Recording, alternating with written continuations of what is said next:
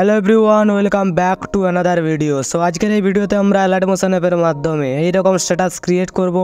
তোমরা কীভাবে এরকম স্ট্যাটাস ক্রিয়েট করবে জানতে হলে সম্পূর্ণ ভিডিওটা দেখতে হবে। ভিডিও শুরু করার আগে যারা এই চ্যানেলে নতুন তারা অবশ্যই সাবস্ক্রাইব করে পাশের বেল আইকনটি প্রেস করে রাখবে, কারণ এই চ্যানেলে এডিটিং রিলেটেড ভিডিও প্রতিদিন আপলোড করা হয়। তো চলুন বেশি কথা না বাড়িয়ে মূল ভিডিওতে যাওয়া যাক।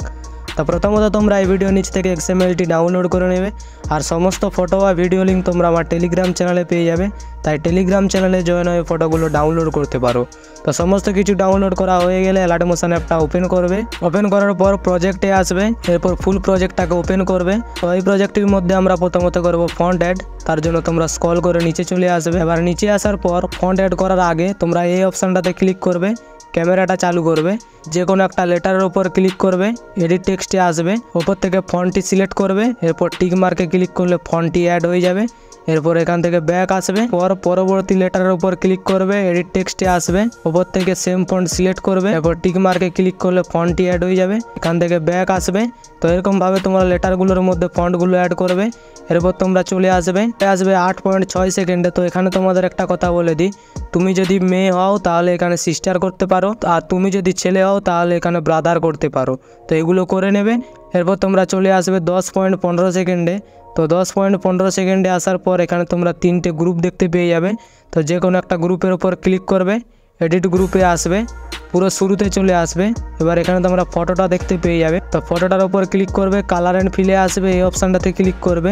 এরপর গ্যালারি থেকে যে কোনো একটা ফটো সিলেক্ট করবে, প্লাস আইকনে ক্লিক করলে ফটোটা অ্যাড হয়ে যাবে। এরপর এখান থেকে ব্যাক আসবে।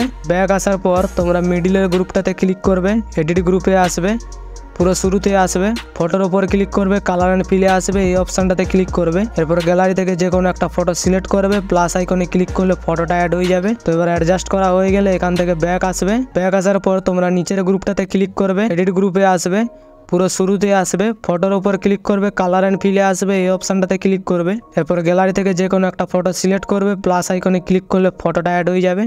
এরপর এখান থেকে ব্যাক আসবে, চলে আসবে 12.16 সেকেন্ডে। এবার এখানে আসার পর ফটোর উপর ক্লিক করবে, কালার অ্যান্ড ফিলে আসবে, এই অপশানটাতে ক্লিক করবে। এরপর গ্যালারি থেকে যে কোনো একটা ফটো সিলেক্ট করবে, প্লাস আইকনে ক্লিক করলে ফটোটা অ্যাড হয়ে যাবে। এরপর এখান থেকে ব্যাক আসবে। তো এরকমভাবে তোমরা ফটোগুলো অ্যাড করবে। এবার ফটোগুলো অ্যাড করা হয়ে গেলে পরে শেয়ার আইকনে ক্লিক করবে, নিচে এক্সপোর্ট এখানে ক্লিক করলে ভিডিওটি গ্যালারিতে সেভ হতে শুরু করবে। তো এই সাথে আজকের ভিডিও এতটাই। আশা করি সম্পূর্ণ এডিটিং প্রসেসটা তোমাদের বোঝাতে পেরেছি। ভিডিওটি ভালো লাগলে ভিডিওতে একটা লাইক অবশ্যই করবে। তো দেখা হচ্ছে নতুন কোনো ভিডিও নিয়ে, ততক্ষণ নিজের খেয়াল রাখবে। বাই।